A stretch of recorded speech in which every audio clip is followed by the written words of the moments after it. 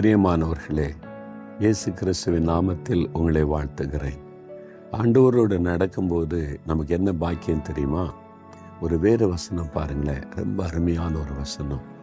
சகரியா 2:8 உங்களை தொடுகிறவன் அவருடைய கண்மணியை தொடுகிறான். அதாவது நீங்கள் ஆண்டவரோடு நடக்கிறீங்க, அவருடைய பிள்ளையா இருக்கிறீங்கல்ல, உங்களை யாராவது டச் பண்ணா ஆண்டவுடைய கண்மணியை தொடுறானா? இப்போ உங்கள் விரல் எடுத்த கண்மணியை தொடர்றதுக்கு ட்ரை பண்ணி பாருங்கள், ஆட்டோமேட்டிக்காக கண்ணை மூடிடும், தொட முடியாது. உங்கள் விரலை வச்சு உங்கள் கண்ணை தொட முடியாது, டக்குன்னு மூடிக்கொள்ளும்.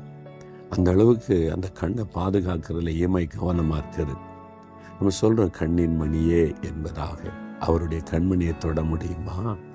வசனம் சொல்லுகிறாரு, உன்னை தொடுகிறவன் அவருடைய கண்மணியை தொடுகிறான். அவளை ஈஸியா உங்கள் கண்மணியை தொட முடியல, இயேசுடைய கண்மணியை தொற்ற முடியுமா?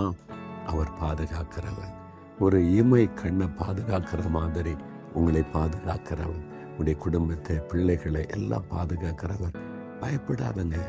யார் என்ன செஞ்சிட முடியும்? உலகத்தில் இருக்கிற பிசாசை காட்டிலும் நம்ம கூட இருக்கிற இயேசு பெரியவர். சாத்தானோட ஈஸியாக உங்களை தொட முடியாது. போராடி பார்க்கலாம், பொல்லாத மனிதர்கள் தொட முடியாது.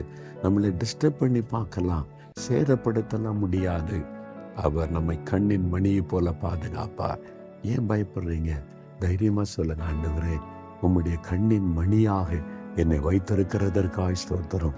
ஒரு கண் மணியை இமை பாதுகாப்பதை போல என்னை பாதுகாக்கிறதற்காக ஸ்தோத்திரம்னு சொல்லுங்க, போதும். மகிழ்ச்சி உள்ளத்தில் வந்துடும். தகப்பனே, எங்களை உம்முடைய கண்ணின் மணியாக நீர் வைத்திருக்கிறதற்காக ஸ்தோத்திரம் அப்பா. ஆண்டவரே, உம்முடைய கண்மணியாக இருப்பது எவ்வளோ பெரிய பாக்கியம், ஸ்லாக்கியம்.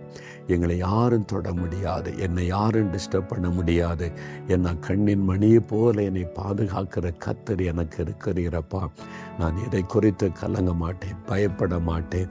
நீங்கள் எனக்கு போதும், நீங்கள் என்னை பாதுகாக்கிறவங்க. உங்களுடைய கரத்துக்குள்ளே என்னை வச்சிருக்கிறீங்க, அதற்காக உங்களுக்கு ஸ்தோத்திரம், ஸ்தோத்திரம். இயேசுவின் நாமத்தில் ஸ்தோத்திர பலி ஏறெடுக்கிறேன் பிதாவே. ஆமேன், ஆமேன்.